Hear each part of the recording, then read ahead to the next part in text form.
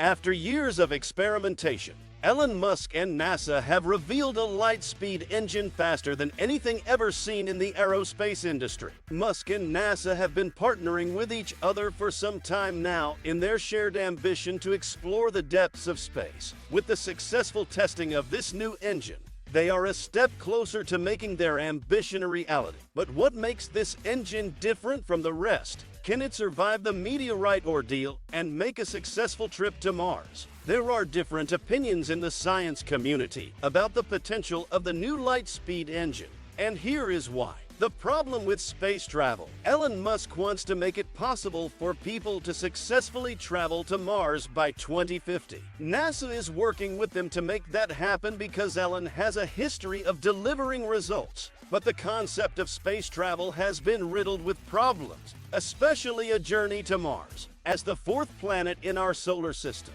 Mars is an average distance of 140 million miles from the Earth, and it would take a rocket moving at 15,000 miles per hour for at least 7 months to get there. Today's rockets use methane as our primary fuel as opposed to kerosene used in the past, and for a successful trip, this fuel needs to be pre-made and loaded on the rocket before it leaves Earth. But how much fuel, space, and fuel would a rocket that consumes 11,000 pounds of fuel per second day needs? The answer is a lot. This comes into account when creating a rocket to take on such a dangerous mission because designing spacecrafts requires a balance between the weight of the craft and reducing the use of fuel as much as possible. Suppose you look at the current Starship, with the special mission to Mars in that case. Most of the compartments contributing to the craft's weight are designated to hold fuel and supplies, leaving only a small section for the astronauts. The spacecraft is 120 meters above ground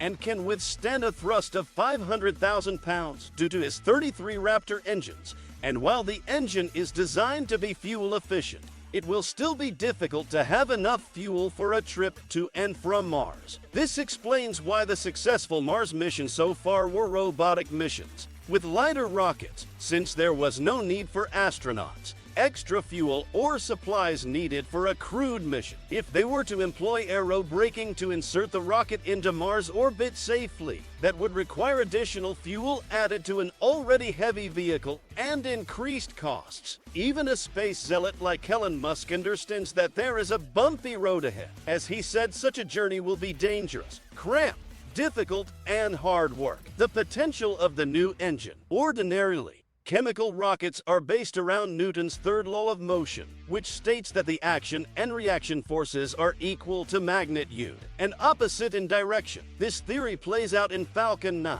space shuttle and in the current Starship in production, since they all use thrusters for thrust to happen. A fuel like methane is mixed with oxygen in a combustion chamber. The hot exhaust, typically gaseous steam and water, is channeled through a nozzle to accelerate liftoff. But this light-speed engine intends to do something different, defying the laws that have been set in place for ages. It will travel without the use of a propellant. According to the principles of space relativity, objects gain mass as they approach light speed. The idea behind the engine is to confine ions in a loop and accelerate them to moderate speeds while varying their velocity enough to affect changes to their mass. The engine will move the ions back and forth in one direction to produce the needed thrust. The engine will take on a helical, shaped like a stretched out string, and we'll have no moving parts except the iron strap inside electric and magnetic fields, and to achieve thrust without a propellant.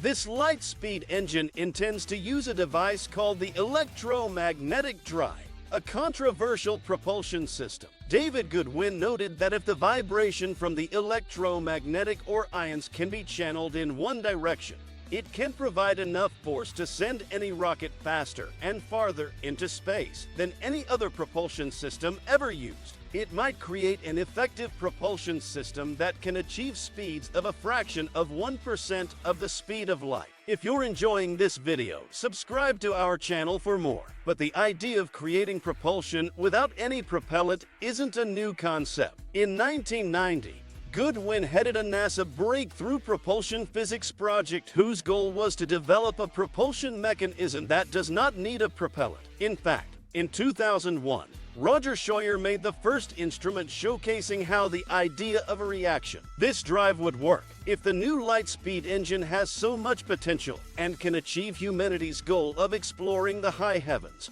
Why are scientists against it? The setbacks of the engine since the first demonstration in 2001.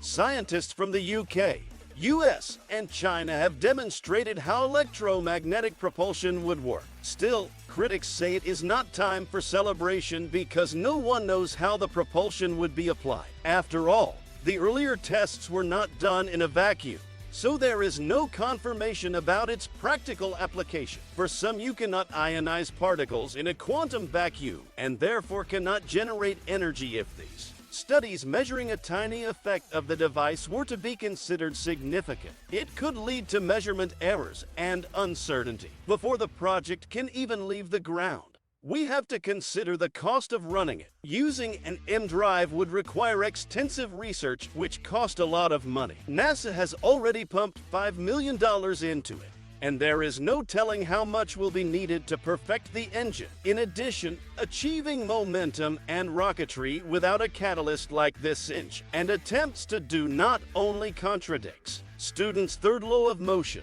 but the law of conversion of momentum, which states that the momentum of an object remains constant if there is no external force acting upon it. The concept of momentum conversion is long established in physics, and it doesn't seem likely that this new engine will pass the boundaries of established physics that apply to all forms of motion in the known universe. Also, would the rocket be able to survive the meteorite ordeal? A meteorite approaches the Earth's atmosphere at 120,000 miles per second.